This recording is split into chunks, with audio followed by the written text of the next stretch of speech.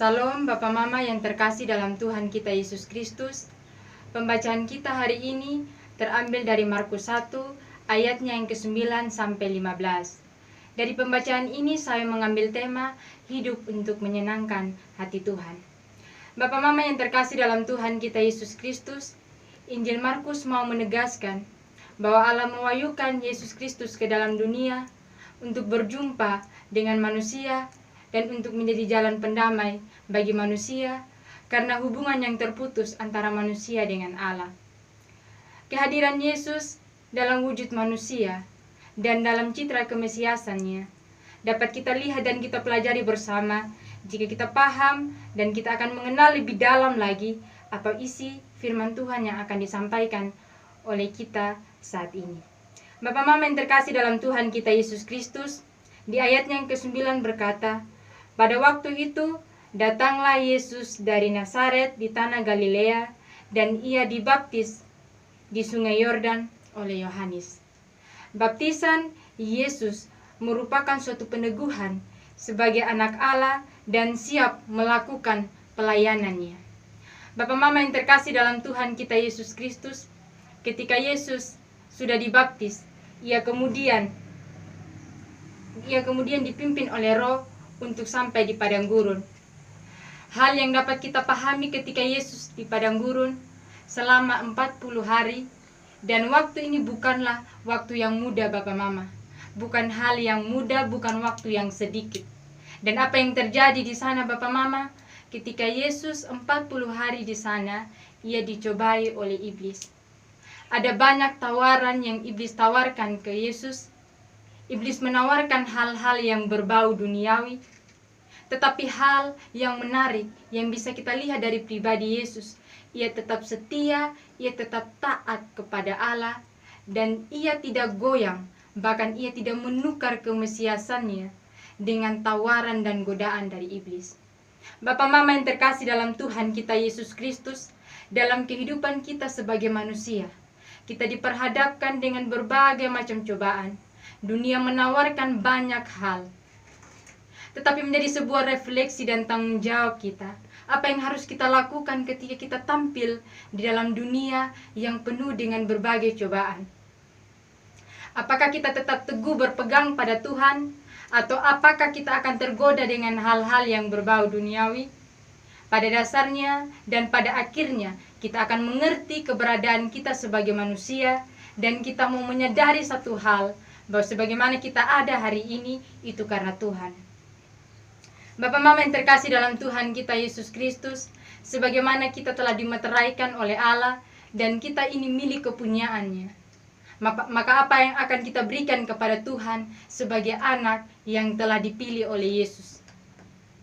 Apa yang bisa kita lakukan untuk menyenangkan hati Tuhan? Dan hal-hal kecil yang bisa kita lakukan, misalnya kita menyenangkan hati dosen dengan mengerjakan tugas, menyenangkan hati orang tua dengan melakukan tugas dan pekerjaan kita, dan menyenangkan hati Tuhan dengan melakukan firman-Nya, mengasihi sesama, mencintai lingkungan.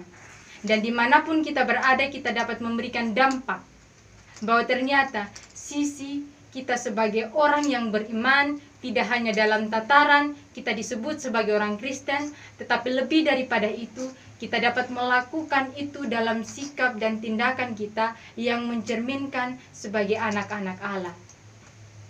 Bapak Mama yang terkasih dalam Tuhan kita Yesus Kristus, Sang Tokoh Yesus Kristus juga menjadi sebuah figur yang perlu kita contohi bersama, bahwa Allah menang untuk melawan setiap godaan dengan kerendahan hati, dengan meyakini satu hal, bahwa Yesus akan taat dan setia kepada Bapaknya. Bapak Mama yang terkasih dalam Tuhan kita Yesus Kristus, bagaimana dengan kita selanjutnya? Bagaimana sisi ketaatan kita kepada Allah? Sejauh mana kita taat kepada Tuhan? Dan sejauh mana kita dapat menggunakan iman kepercayaan kita untuk setia, taat, sampai mati kepada Allah? Hal ini yang perlu kita gumuli bersama Bapak Mama. Dan bahkan Yesus juga melakukan pelayanannya. Ia melayani banyak orang dengan setia. Ia melakukan pelayanan dengan penuh kerendahan hati. Ia melayani orang tanpa memandang latar belakang. Oleh karena itu Bapak Mama, implikasinya dalam kehidupan kita hari lepas hari. Di saat kita melakukan pelayanan, tidak bisa kita pungkiri bahwa godaan itu pasti ada, dan itu wujud keberadaan sebagai manusia yang hidup dalam kedinamisan, dan sebagaimana selayaknya kita sebagai anak-anak Allah yang telah dimeteraikan dapat hidup untuk taat dan setia kepada firman-Nya dan melakukan pelayanan untuk menyenangkan hati Tuhan. Karena itu Bapak Mama yang terkasih dalam Tuhan kita Yesus Kristus, jika kita lihat dalam ayatnya yang ke-14 dan 15, sesudah Yohanes ditangkap, datanglah Yesus ke Galilea memberitakan Injil Allah. Katanya, waktunya telah genap, kerajaan Allah sudah dekat, bertobatlah dan percayalah kepada Injil. Apa yang disampaikan oleh Yesus ini Bapak Mama menjadi perenungan kita bersama, bukan hanya di Galilea, tetapi untuk kita semua, bahwa kerajaan Allah sudah dekat dan kita harus bertobat.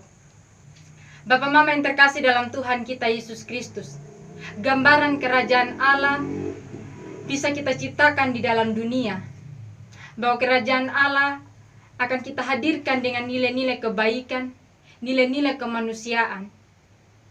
Dan di dalam dunia yang penuh dengan tawaran, kita mampu berdiri teguh untuk memperkenalkan Yesus sebagai figur yang berjumpa dengan banyak orang tanpa memandang latar belakang. Di balik pelayanan yang Yesus lakukan, dengan berbagai cobaan yang Yesus alami dari awal sampai akhir, bahkan kalau kita baca ketiga Injil sinoptik dan juga Yohanes, bahwa Yesus sampai mati di kayu salib, Bapak Mama, menunjukkan bahwa Yesus dalam sisi kemesiasannya dan sisi kemanusiaannya, ia mengalami apa yang manusia mengalami. Ini menunjukkan bahwa Yesus memberikan contoh selayaknya kita juga berjumpa dengan hal-hal demikian. Kita merasakan yang namanya kelelahan, kita merasakan yang namanya godaan. So apa yang akan kita lakukan Bapak Mama? Kita tetap berdiri teguh dan kita mau bilang semua karena Tuhan. Dan pada poin yang terakhir yang kita harus hadirkan ialah menghadirkan kerajaan Allah dan hidup bertobat kembali kepada Kristus. Bapak Mama yang terkasih dalam Tuhan kita Yesus Kristus, kini kita menyadari bahwa Yesus mengalahkan pencobaan-pencobaan itu dengan berpegang pada sabda Tuhan yang menunjukkan makna panggilannya sebagai anak Allah, mengakui dan menyembah Allah dan menaati firman-Nya. Oleh karena itu Bapak Mama, ketika kita melakukan sebuah pelayanan, jangan kita pelintir pelayanan itu untuk kepentingan pribadi kita, tetapi kembali kita melakukan pelayanan untuk pekerjaan baik, untuk Tuhan, untuk menyenangkan hati Tuhan. Sehingga apapun yang kita lakukan di dalam dunia ini kembali untuk Tuhan, untuk memuliakan Tuhan. Seperti itu yang Yesus lakukan. Ia tidak sombong dengan citra kemesiasannya, tetapi ia tetap rendah hati dan ia memberi diri untuk dipakai oleh Bapanya, untuk melayani banyak orang, untuk berjumpa dengan banyak orang. Jika kita ada di posisinya Yesus, maukah kita yang disebut sebagai Mesias untuk mengalami apa yang dialami oleh manusia? Bukti kerendahan hati Allah ialah ia dapat merasakan apa yang manusia rasakan. Dan di dalam pelayanannya, ia tetap teguh berpegang pada Tuhan. Karena itu Bapak Mama yang terkasih dalam Tuhan kita Yesus Kristus, mari kita mengerti lebih dalam bahwa kita telah dimeteraikan oleh Allah, kita telah hidup baru, dan mari kita melakukan pelayanan untuk menyenangkan hati Tuhan. Mari kita hidup dalam kasih dan cintanya. Mari kita tidak tergoda dengan berbagai hal yang berbau duniawi, tetapi mari kita menghidupkan firman Tuhan dalam realita-realita kita, dan kita percaya bahwa Yesus akan menuntun kita terus di dalam kita melakukan setiap pelayanan kita. Tuhan Yesus memberkati kita semua. Amin untuk firman Tuhan.